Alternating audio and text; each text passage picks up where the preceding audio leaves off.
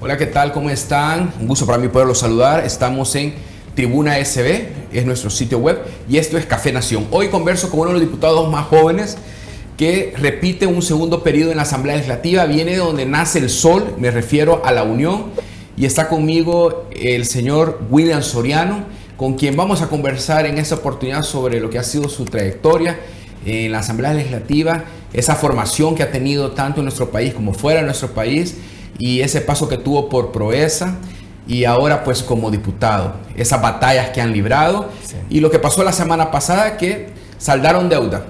Magistrados del Tribunal Supremo Electoral, magistrados de la Honorable Corte Suprema de Justicia. William, ¿qué tal?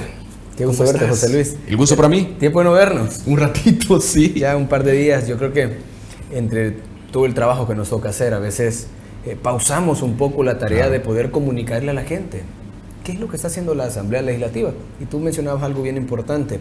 Venimos de una semana de mucho trabajo. 2 sesiones plenarias en las que en una dejamos ya escogidos, nombrados, juramentados, sí, tanto a los magistrados propietarios y suplentes y al nuevo presidente de la Corte Suprema de Justicia, que creo que el órgano judicial ha dado muy buenas muestras de haber cambiado rotundamente, de poner esa pronta y cumplida justicia al servicio de los salvadoreños. Claro. Pero también el día jueves tuvimos una plenaria para poder escoger y a formalizar y juramentar también a los magistrados propietarios y suplentes del Tribunal Supremo Electoral. 4 mujeres y un hombre, sí. Tal como lo mandata la Constitución de la República. Es un magistrado de género. Sí, al final terminamos cumpliendo al pie de la letra lo que nos mandata la Constitución de la República. Claro. A veces algunas personas van a decir, pero ¿por qué alguien de Arena? ¿Por qué alguien del Frente? Y nosotros nos ponemos a pensar, bueno, si nosotros hubiésemos hecho las cosas diferentes, ¿ya? Si yo no quiero que haya alguien de Arena ahí, no quiero que haya alguien del FMLN ahí, pero la Constitución lo estipula de esa forma. No, y había una sentencia de la sala que establecía su conformidad. Pero William, hablemos un poco sobre, no sé, sobre tu formación académica y cómo tus padres te enseñaron ese principio del trabajo. Algunas personas quizás de pronto piensan que has tenido una vida fácil, pero bueno, creo que son 200 kilómetros hasta la Unión, sí, y tus papás tomaron la decisión de ponerte junto a todos tus primos en un colegio bicultural y comenzaste a echarle ganas, y después o simultáneamente estabas con esa tarea de ayudar al trabajo de la familia. Sí. Fíjate que yo tuve la bendición, creo que es entre bendición y privilegio, de tener una familia que viene muy de abajo. Venimos de Chalatenango, de Concepción, que es Altepeque, los Soriano. Venimos de La Libertad, los Herrera. Sí, señor. Específicamente de Playa Misata, por parte de mi abuela materna. Misata está después del Zonte, ¿verdad? Sí. Ya después de los túneles. Por parte de mi abuela paterna venimos de Santa Ana. Y por parte de mi abuelo materno, venimos del departamento de la Unión. Sí. Es decir, tengo sangre de los 4 puntos cardinales del país. Ajá. Pero mi familia, mis padres se conocieron en el departamento de la Unión. Allá se enamoraron, se hicieron novios. y ahí coincidieron 2 familias que se dedicaban exclusivamente al mismo negocio, a la pesca. Y así es como nace esto de que 2 familias se unan, pero con la fortuna de que han sido súper trabajadores toda la vida. Y mi abuela le decía a mi papá, no vayas a dejar a los niños allá en la Unión, le decía. Tenés que mandármelos a mí aquí a San Salvador para que los ponga a estudiar inglés. Y esa es la razón por la que yo no me quedé a estudiar en el departamento de la Unión, sino que mi abuela nos trajo acá a San Salvador a estudiar en un colegio aquí en La Escalón, inglés. Yo hablo inglés muy bien. Pero también hablas chino. Sí, hablo también mandarín. Ajá. Pero el vivir esa etapa de mi vida con mis hermanos, con mis primos, en un colegio que no muchas personas tienen acceso por el tipo de educación que se da, por los costos que conlleva, a mí me permitió a muy temprana edad ver el valor del trabajo. Y con esto, ¿qué quiero decir? Mientras mis compañeros se iban a Disneylandia en vacaciones, o se iban de viaje a cualquier lado, o se iban a un rancho en la playa, a mí me tocaba irme con mis hermanos a la tiendona o a la Unión a trabajar con mi papá o con mi abuela. ¿Y por qué hago énfasis en esto? Porque de muy temprana edad nos enseñaron el valor del trabajo, lo dignificante que es el trabajo y sobre todo cuando se trabaja en familia. Desde muy temprana edad nosotros aprendimos el negocio de la familia. Yo recuerdo que mi abuela me enseñaba, ella vendía en la tiendona, es de las fundadoras de la tiendona. Ella vendía antes allá por el Sagrado Corazón, luego hubo una iniciativa gubernamental que los removió de ahí y los ubicó en un mercado, que ese fue el mercado de la tiendona. Y mi abuela ya tipo 6 de la mañana, yo creo que éramos más pérdida para ella que ayuda, porque llegábamos, pedíamos café de las señoras que andan vendiendo café. ¿Qué pasan? Sí, por los que andan pasillos. vendiendo café, Sí. pan dulce. Pedíamos 2 panes con frijolitos, con casamientos, café, leche. Yo creo que le salía más caro llevarnos que cualquier otra cosa. Claro. Pero ella nos llevaba con el propósito que nosotros aprendiéramos a muy temprana edad el costo del trabajo. Yo recuerdo alguna de las enseñanzas más importantes de mi abuela fue que me enseñó a vender. Ella me enseñaba a vender. Me enseñó a quitarme la pena de ofrecerle a la gente un producto que viene del mar, de lo más digno del trabajo de una persona. Y ella me enseñó a hacer cuentas, me enseñó a contar el dinero, pero yo a veces me decía, contame este delantal, me decía, ya cuando terminaba la jornada. Iba 1 por 1, 2, no es así, me decía, se agarra así. Y empezaba. Claro. Y así ella comenzó a adiestrarnos en un negocio que ya vamos por 3ª generación. O sea, el día de hoy todavía nos dedicamos a eso. Mucha gente desconoce o solo conoce mi faceta como diputado, pero no conoce mi faceta como empresario, como vendedor también. Nosotros fundamos una empresa con mis hermanos hace 5 años. Gracias a Dios la empresa va muy bien. Pero nos tocaba, después de trabajar toda la semana en Proeza, todo el fin de semana me iba a repartir con ellos a restaurantes, en mariscos. Aquí llevaba la hielera. Y íbamos a repartir, eso fue antes de ser diputado todavía. Íbamos a repartir, entregábamos. O sea que te quitabas el traje de Proeza, sí, y claro. te ponías ahí a tono con los colaboradores que ustedes tienen. ¿Y qué es más? ¿Y cuál era la mayor demanda que hay en los restaurantes de la zona costera de La Unión? En restaurantes, ¿cuál es el platillo favorito para los salvadoreños y los extranjeros? Hay o dos. También los nicaragüenses. Que Hay dos. Yo pasan creo ahí. que el pescado y los camarones. A la gente Sí. le encanta un pescado frito y le encanta una buena mariscada o camarones al ajillo. Ajá. Y esos son productos que los salvadoreños consumimos bastante, de verdad. Sí. Te digo, creo que es algo... Tenés que ir a otro país para darte cuenta de la calidad de marisco que tenemos aquí en El Salvador. Hay países más grandes donde tarda mucho en llegar el marisco y llega en otras condiciones, etcétera. Aquí no. En la madrugada viene La Unión y llega tempranito a la tiendona y se empieza a vender y ya temprano está en los restaurantes. Y la gente en el almuerzo ya está comiendo pescado o camarones. Yo creo que esa es una parte de mi vida que me llena de mucha satisfacción. El poder dedicarle ese tiempo al negocio familiar, José Luis. A veces entre tantas ocupaciones se nos olvida también que tenemos familia, que tenemos Claro. responsabilidades afuera también del trabajo que hemos adquirido como compromiso. Cuando uno está adolescente, William, hay personas que nos da pena, ¿verdad? Algún tipo de labor que desarrollamos porque pensamos que nuestros compañeros no van a entender lo que significa pues el trabajo familiar y las responsabilidades tempranas que vamos asignando. Tú ya hablabas de la diferencia de ir a Disneylandia o ir a trabajar hasta La Unión el fin de semana o en vacaciones. A mí me pasó Pero algo. ¿cómo superaste tú eso? Porque no es fácil decidir... no me puedo quedar a estudiar, no puedo ir a hacer este trabajo porque me están esperando mis primos, porque vamos en un microbús que viene a traernos a todos al mismo colegio y tenemos que ir a ayudarle Sí. a mi familia allá a la tiendona. Y yo te quiero preguntar, ¿es más fácil pescar o vender? Uy, fíjate que vos mencionabas algo al principio, antes de que concluyeras en esto. Yo te tengo una anécdota. Yo tenía como por 13 años, creo. Yo andaba en mis botas negras de hule, el pantalón adentro de las botas, andaba vestido normal, ¿verdad? Claro. Pero embotado. Claro. Y recuerdo yo ese día porque a mí me daba un poco de pena. Yo decía, porque llegaba al colegio con las manos duras, todas callosas, pulladas por los pescados y los camarones, se te hacían como llagas. Por las redes, perdón. Y cuando te agarraban la mano, te decían, uy, estas manos, te decían, qué duras. Pero eran producto de un trabajo honesto. Claro. Y un día, yo estaba en lo mejor de vender pescado y camarones, me acuerdo, porque son unas mesas altas así, rectangulares, donde están las diferentes especies, ¿no? Y están con el jet. Sí. Y voy viendo a la mamá de uno de mis mejores amigos. Y llega y me compra. ¿Y qué haces aquí? Me dice. Y yo así. Y mi abuela se acercó y le dijo, hola señora, mucho gusto. Claro. Aquí estás aprendiendo a vender. Sí. Mira, le dijo. Mire, le dijo, qué interesante, yo a mi hijo lo quiero poner a trabajar.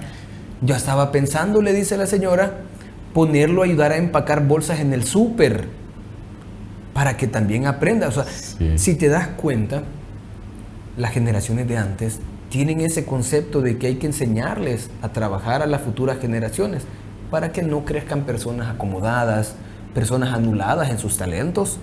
Yo tengo una frase bien presente siempre, que si querés anular a una persona para toda la vida, dale todo en su juventud y crecerá pensando que lo merece y no será capaz de valerse por sí mismo.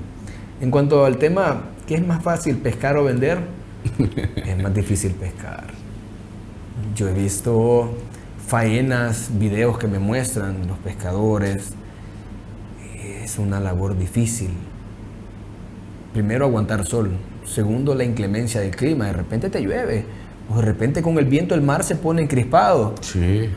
¿Verdad? Sí. El miedo natural de un ser humano a que se dé vuelta a una lancha existe. Yo lo he vivido y lo he visto también. Pero a los 13 años, ¿no tenías tú algún tipo de temor cuando de pronto en el colegio, en tercer ciclo, te dejaban leer a Hemingway, El viejo y el mar, y de pronto encontrarte tú en una velada pescando, porque son jornadas que van desde la tarde hasta la madrugada, y que te vaya a pasar algo allá adentro?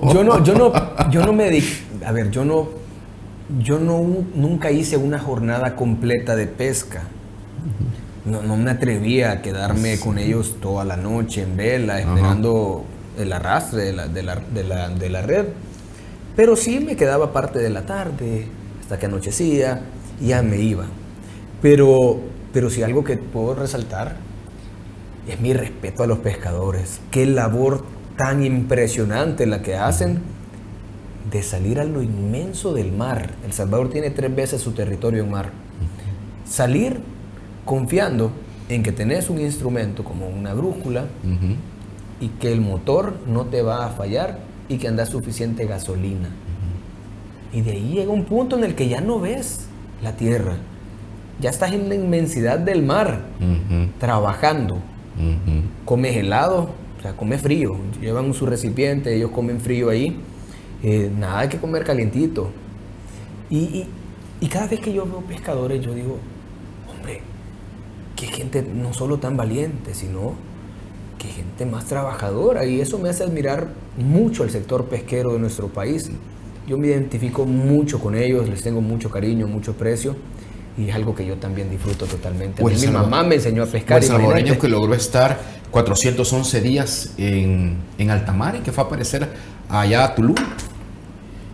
Australia fue a aparecer. Australia, sí. Salió de allá por Tulum. Sí, pero es increíble. Y cómo él se sobrepuso a la adversidad y trató de buscar un principio de sobrevivencia, y las tortugas y las gaviotas. Era un pescador nato. Claro. Entonces el pescador ya están hechos de otro material, yo no sé qué es, pero pierden miedo. Claro. Pierden miedo a sobrevivir. Claro. Yo, de verdad que si un pescador nos está viendo aquí en El Salvador o en otro país, le mandamos todo nuestro afecto, nuestro respeto y nuestro cariño. De verdad que es una tarea impresionante. Perfecto. William, vamos a hacer nuestra primera pausa, o nuestra única pausa. Creo que es muy ilustrativo, pues, conocer esta faceta tuya, y sobre todo, pues, el respeto que has cultivado a través de tus padres a la faena de las tareas del mar y a la comercialización, pues, que ahora te ha permitido, con ese trabajo honesto que tú has dicho, formarte y servirle al país desde la Asamblea Legislativa. Así que, amigos, mantengan esa fiel sintonía. Volvemos en breve. Esto es Café Nación en su sitio web Tribuna SB. Dele like y comparta. Volvemos.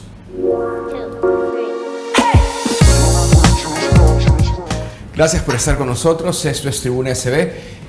Hoy tengo la oportunidad de conocer a William Soriano. Hablamos pues de su formación, hablamos de su trabajo, hablamos de sus estudios, pero hoy es el tiempo de hablar de su experiencia laboral en el sector gobierno.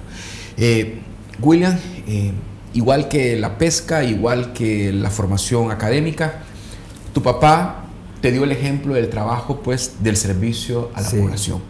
Y con esas cartas llegas y comienzas a servir al país desde esta agencia de cooperación de promoción del de gobierno, inversiones, sí. que es Proesa, y ahora pues estás en la Asamblea Legislativa. ¿Cómo llegas tú a Nuevas Ideas? Mira, qué muy buena pregunta. Fíjate que yo estaba trabajando en Proesa. Mi labor era ser especialista en atracción de inversiones. Y uno de los logros que yo más puedo presumir, de verdad, porque hay que presumir los logros en la vida, hombre, es que rompimos el monopolio de Holcim, si tú te acordás. ¿Cuántas empresas vendían cemento en el país? Hubo un tiempo que solo Holcim. Había un acuerdo centroamericano en donde estaba Cemex, estaba Holcim y estaba la FAR. En El Salvador no había más cemento que el de Holcim, para proyectos privados, para proyectos públicos, para casas, para lo que sea. Y nosotros comenzamos a evaluar cómo romper ese monopolio y me di a la tarea de armar un caso de inversión. ¿Qué costaría producir cemento en el país? Y comenzamos a buscar empresas y encontramos una en Guatemala que se llama Cemento Regional. Que no es Cementos Progreso. No. Y comenzamos a convencerlos de traer sus operaciones al país. Les planteamos, miren, tenemos un mercado que está en crecimiento, la demanda del cemento está en crecimiento, los factores para poder producir en el país son muy convenientes. Anímense. Hacemos esa tarea de talonearlos, como dice el salvadoreño, ¿verdad? Claro. A convencerlos, y lo logramos, José Luis. Logramos traer la primera planta de molienda de cemento al país. Está ubicada allá por Acajutla. Rompimos el monopolio, generamos empleos, inversión, y ahora ya llegaron 3 plantas más a El Salvador después de esa.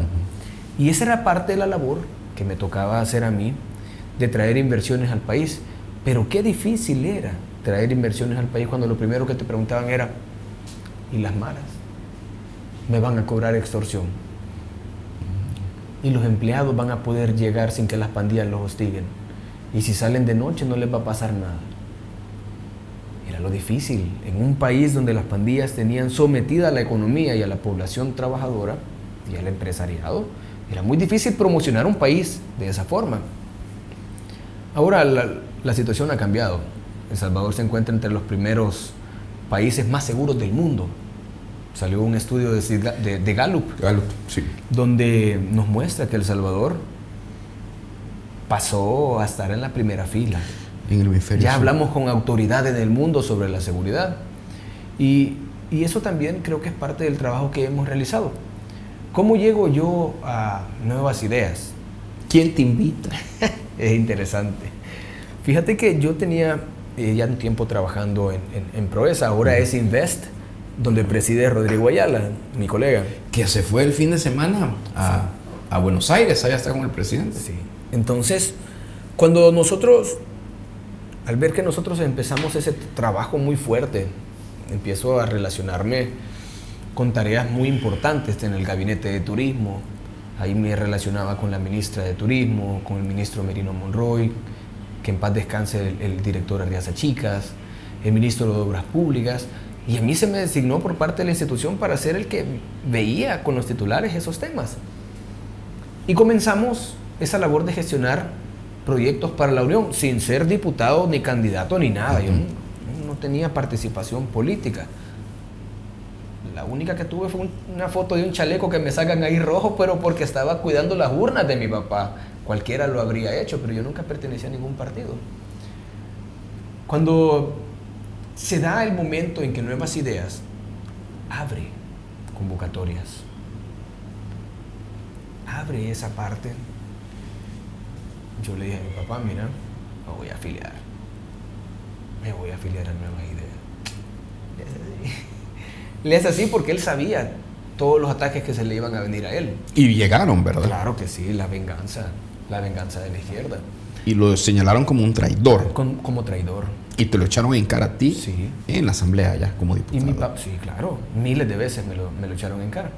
Y mi papá me dijo, ¿sabes qué? Me dijo, dale, me dijo, te voy a acompañar, me dijo. Dale. Yo lo notaba que él sentía eso, de que la iba a pasar un poco mal él, Sí. pero te voy a acompañar, me dijo. Dale, me dijo. Me inscribí. Al tiempo decidí participar en las internas y logré el tercer lugar de 3. Casi no. Pero mi participación política había sido más en San Salvador que en la Unión. Sí. Y en poco tiempo logramos ganarnos no solo la confianza, sino también el acompañamiento de los afiliados de Nuevas Ideas allá en la Unión. Yo decía, voy a participar. Ahí estaba el cacique Mía, ¿verdad? Si voy a participar en política va a ser en la Unión, dije yo. Me voy a ir a la Unión. Porque allá la gente necesita que alguien vele por ellos, que den la cara por ellos. Porque era un desastre la Unión. Y dije, bueno, me voy a animar y voy a ir a la Unión. Y gracias a Dios quedé en las internas, pasamos las elecciones de las internas, ya quedé como candidato. Competí las primeras elecciones. Eran todos contra mí. Uh-huh. Todos los partidos políticos solo me atacaban a mí en elecciones. Y fue bastante difícil porque solo era yo y 3 amigos. O sea, 3 jóvenes menores que yo se unieron a mi equipo. En territorio. Todos cabíamos en el mismo carro. Ese era mi equipo de campaña. Ya andaba un pickup y recuerdo que en esa campaña le puse 120,000 kilómetros a ese carro. Recorrimos toda la Unión de punta a punta tantas veces, y de venir y ir a San Salvador 120,000 kilómetros en un par de meses. Ya mi cuerpo ya estaba al límite. Ibas a La Matillo, a Pasaquina. Llegué a un punto en el que me Carmen. quedé dormido como a las 2 de la mañana regresando a San Salvador en una gasolinera en Usulután. De lo cansado que estaba, paré. Andaba con mi prometida en ese momento, que ahora es mi esposa, madre de mi hijo, y los dos de lo cansados nos quedamos dormidos en el carro. Hasta Pues que llegó el vigilante a tocarnos la puerta. Y recuerdo que esa campaña fue muy difícil. Primero aprender a hablarle a la gente con el corazón. Un amigo me dijo un día, yo no sé hacer política, le digo, yo no soy político, no sé cómo ir a una campaña. Solo te voy a decir algo, me dijo, gánate el corazón de la gente. Y eso comenzamos a hacer. Con trabajo, claro, acompañando al pueblo. Para no hacerte largo el cuento, logramos en la primera elección más de 23,000 marcas. Arena en su mejor tiempo había sacado 16,000. En estas elecciones que pasaron, sobrepasé las 55,000 marcas. Decir que, lejos de bajar, casi triplicamos nuestros votos de la elección anterior. ¿Y qué significa eso? ¿Será que la gente sigue confiando en nosotros? Claro que sí. En la nueva forma de trabajar por el Departamento de la Unión. Hemos llevado muchos proyectos, José Luis, muchos. ¿Faltan muchos? Claro que faltan muchos, es que el trabajo ahí es muchísimo. Bueno, paso a paso, ladrillo a ladrillo. Ladrillo a ladrillo, cuadra Paciencia por cuadra, y confianza, dice el presidente. Y eso es lo que yo le explico a la gente, que ahora tienen un representante en la Comisión de Hacienda, en la Comisión de Economía, en el Pleno Legislativo. Un representante que trabaja hombro a hombro con los diferentes ministros para poder cumplir esas obras que prometió el presidente también. Y ese es parte del compromiso que yo tengo. Nunca había visto yo, o antecedente cercano, que un presidente acompañara a un diputado a la inauguración de una calle. Y el presidente Nayib Bukele, que de pronto está eligiendo Macaulay para ir de vacaciones con su familia, te acompañó. Sí. Fíjate que fue muy bonito ver al presidente ahí. Fue un acto privado porque no había prensa, pero ahí estaba él. Sí, la gente no se lo esperaba. De repente llegó el presidente y se armó la locura. La gente corriendo a buscarlo. Claro. Pero eso fue un respaldo a tu trabajo. Claro, y yo creo que eso es algo. Recuerdo que ahí tengo una foto donde salgo hablando con él, unos videos, donde yo le digo, presidente, no nos va a fallar con el aeropuerto. No, me dijo. Te lo prometo, me dijo. de verdad. Y yo le hago todavía así. También le ha prometido eso a la mamá. Ahí está el video, sí. Se lo ha prometido a la mamá. Entonces, cuando vos ves lo que hemos avanzado en el Departamento de la Unión, decís, hey, le han metido bastante. Pero cuando ves todo lo que falta, decís, puchica, qué abandonado estaba aquí. Y va a tomarnos tiempo, recursos, energía, poder cumplir todo lo que la gente sueña para sus comunidades. Y estamos avanzando. Veo que has visitado 3 escuelas, sí. Has estado con la comunidad, fuiste a la escuela Los Portillos del distrito de Pasaquina. La vamos a pintar esa escuela. Y los maestros, juntamente con la población educativa, salieron a tu encuentro. Sí, tenemos una muy buena dinámica de trabajo con los directores. ¿Y te has comprometido tú con ellos? Sí. Y les has hecho ver que vas a trabajar claro, por ellos. ¿Y por qué te lo estoy diciendo yo? No sabía que era tu salario. Porque las escuelas, todas van a cambiar, todas se van a transformar, y eso fue parte de las primeras promesas del presidente, y ahora pues ya se ve que viene el dinero, que viene la obra, ya hay el modelo de mi primera escuela, y de pronto la Unión es como donde va a empezar todo. Claro, es que mira, cuando vas a la Unión y ves escuelas en las zonas retiradas, vos decís, ¿en qué mente cabe construir una escuela de esta forma? Eran cajones, con una malla ciclón y un techo de duralita. Como un gallinero, ¿no? Un gallinero, y eso es todo el modelo de escuela que ellos tenían. Y las temperaturas ahí son altísimas. Claro. Entonces, mientras nosotros llevamos la reconstrucción de las escuelas, por lo menos hay que tenerlas en óptimas condiciones para que los niños estén bien. Claro. En muchas de las escuelas ya entregamos pupitres para parvularia, para mediana edad. Todos tienen computadoras. Algunos ya están recibiendo clases de inglés. Algunas escuelas tienen hasta aire acondicionado. ¿Y en la Unión? Sí. Sí, de verdad. Pero hay otras que no son tan afortunadas. A esas nos estamos dirigiendo nosotros. Yo casi nunca lo digo en las redes sociales, no suelo decir que destino una buena parte de mi salario a atender las solicitudes de la gente, especialmente en las escuelas. Pero creo que es importante decirlo. Fíjate que ahorita estamos trabajando con 3 escuelas. Hace poco terminaron de reconstruir una que yo solicité personalmente. Sí. Se llama el Talpetate. Una escuela preciosa, José Luis. Una escuela digna de niños. Hasta jardín de juegos tiene. Okay. ¿Es plan básico, primaria? Es hasta 9º grado. 9º grado, ok. Entonces cuando vos ves eso, decís, vale la pena lo que estamos haciendo. Vale la pena el esfuerzo, el cansancio y los ataques de la oposición también que se vienen. Vale la pena. Por eso llevé a mi hijo aquel día a la escuelita. No, para que él desde pequeño vaya viendo lo afortunado que es de tener padres que tienen las posibilidades de darle una buena educación, un buen techo, buena comida, buena salud, pero sobre todo buenos valores también. Rodrigo, tú hablas de valores y en los últimos días he visto cómo la historia de Tatiana te ha conmovido. Sí.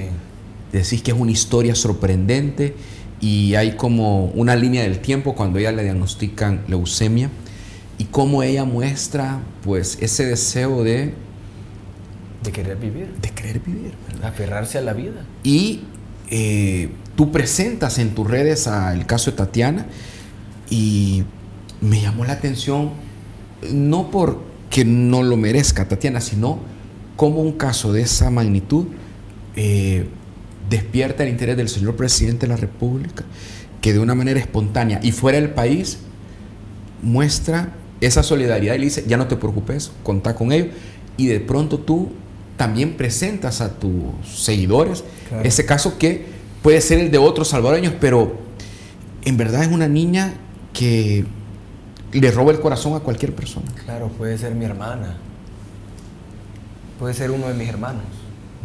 Tienen casi la misma edad, los mismos sueños, los mismos anhelos. Y yo presento el caso no para que, como dicen muchos de la oposición, que uno para politizar los casos, no. Porque yo en mis redes sociales estoy seguro que tengo personas muy altruistas que me siguen, que son capaces de hacer donaciones también. Entonces presentamos el caso y muchos nos han consultado, miren, ¿cómo podemos hacer para donarle a Tatiana para su tratamiento?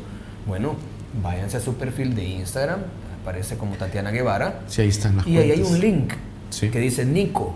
En el link usted le da clic y le pone cuánto le quiere donar y ya le pide su tarjeta y cosas así. Y ese es con el ánimo que nosotros hacemos ese tipo de publicaciones para compartir estas historias. Como Tatiana, hay muchos casos en el país.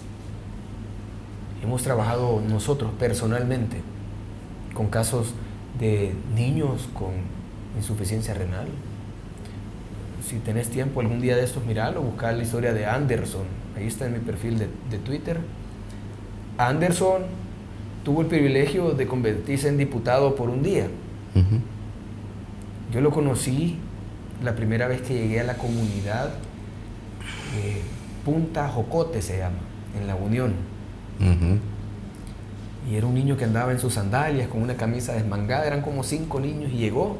Y yo andaba dando afiches, stickers y me dijo, dámelos, te voy a ayudar, me dijo. Y comenzó a repartir y yo dije, ya la hice. Porque eran un montón de niños conmigo a la par, caminando toda la comunidad. Tiempo después me llama el papá de Anderson, yo me hice muy amigo de ellos. Para ese tiempo yo les iluminé toda la cancha. Tenían una cancha de polvo, pero tenían cancha. Uh-huh. Pero pasaba algo en esa comunidad, que no había luz en la cancha. Entonces yo me conseguí unos postes y unas lámparas solares. Nadie iba a gastar nada. Y lo fuimos a poner con la comunidad, conseguí el cemento, los tubos, todo. Y les iluminamos la cancha. Tiempo después me llama el papá y me dice, llorando, me dice, mira, Anderson tiene insuficiencia renal. Tan pequeño, un niño de 8 años. Ahí se me hizo añicos el corazón. Claro. Y comenzamos un proceso. Yo le doné personalmente, pero comencé también a hacerle, a recaudar fondos para él a través de una plataforma. A Anderson le logramos reconstruir su cuarto. Le pusimos aire acondicionado, una camita, para que le pudieran hacer la diálisis en su propia casa, en su propio cuarto. Logramos gestionar para que el Hospital de La Unión también tuviese un centro de diálisis. Comenzamos ese trabajo con la comunidad para poder beneficiar no solo a Anderson, sino a más niños, a más personas adultas que necesitaban ese tipo de atención. Gracias a Dios el Ministerio de Salud invirtió en esos centros, pero recuerdo, yo fui a ver a Anderson aquí al Hospital Bloom, le llevaba siempre comida a los papás, un donativo. Y un día Anderson simple y sencillamente no resistió y él falleció. Comprendo.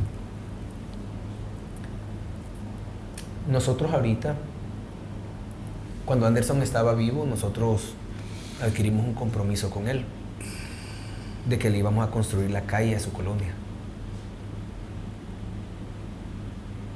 Y cuando él estaba en vida no lo logramos cumplir porque primero no habían los fondos. Pero hoy sí le puedo decir a Anderson y a su familia que la calle ya es una realidad, ya comenzamos la construcción. Yo espero poder proponer, ¿verdad?, que la calle se llame Anderson, en nombre al niño que nos inspiró en el Departamento de La Unión a poder hacer todo ese trabajo.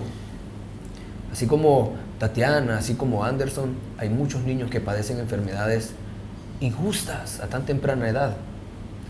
Y eso es algo que nosotros nos mueve, claro, nos conmueve el corazón y nos llena de esa energía para seguir luchando. El mismo caso que el presidente. Yo creo que el presidente no es indiferente a la necesidad del pueblo. Totalmente. Es impactante conocer esas historias y sobre todo que no hay explicación para ese tipo de situaciones, pero el legado de estas personas pues deja una huella que es un honor a ellos, ¿verdad? Para no olvidarlos y mantenerlos en nuestro recuerdo. William, fue un privilegio escucharte, fue un privilegio conocerte. Mira, íbamos a hablar del trabajo de la Asamblea y no nos alcanza el tiempo, pero valió la pena. Dejémoslo para una segunda ocasión. Sí, hombre, valió la pena aprender un poco de lo que ha sido tu recorrido y entender el trabajo que desarrollas allí, claro, en el Pleno. Espero que te haya gustado el café aquí de Fuego Bonito. Buenísimo. Y bueno, será una próxima oportunidad y qué bueno que nos has mostrado pues ese trabajo que no se conoce y que te ha permitido ser ahora un servidor público. No, gracias a ti, José Luis. Te deseo lo mejor en tu podcast. Ajá. Bienvenido a la era de los podcasts. Sí. Hay que comunicar diferente. Claro. Hay que estar abiertos a las nuevas formas de comunicación, la juventud, también los adultos quieren un contenido diferente. Claro. No solo político, sino también conocer un poco más allá de la investidura, de lo que representa. Todos somos al final seres humanos con problemas, con sueños, con alegrías, con familias. Y a mí me encanta compartir siempre esta parte de mí que mucha gente a lo mejor no conoce. Sí. Tal vez solo me han visto debatiendo ahí en la plenaria con Claudia, con Marlene, con Anabel, bueno, Marlene con no la está. oposición. Sí, ya no está. Claro. Antes era más adeno. Pero ahora, gracias. Ahora ya no, pero gracias por darnos ese espacio. Claro. Espero que nos veamos en una próxima ocasión también. Gracias, vos. Y bueno, William regresa a la Unión. Gracias por esa sintonía. Los espero en una próxima oportunidad aquí en Café Nación. Gracias. Vemos.